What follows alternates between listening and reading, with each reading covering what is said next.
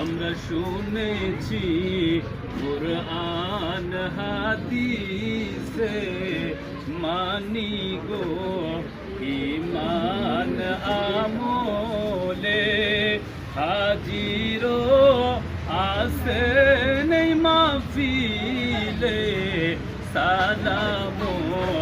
জানাই আপনাকে ইয়া নবী সালাম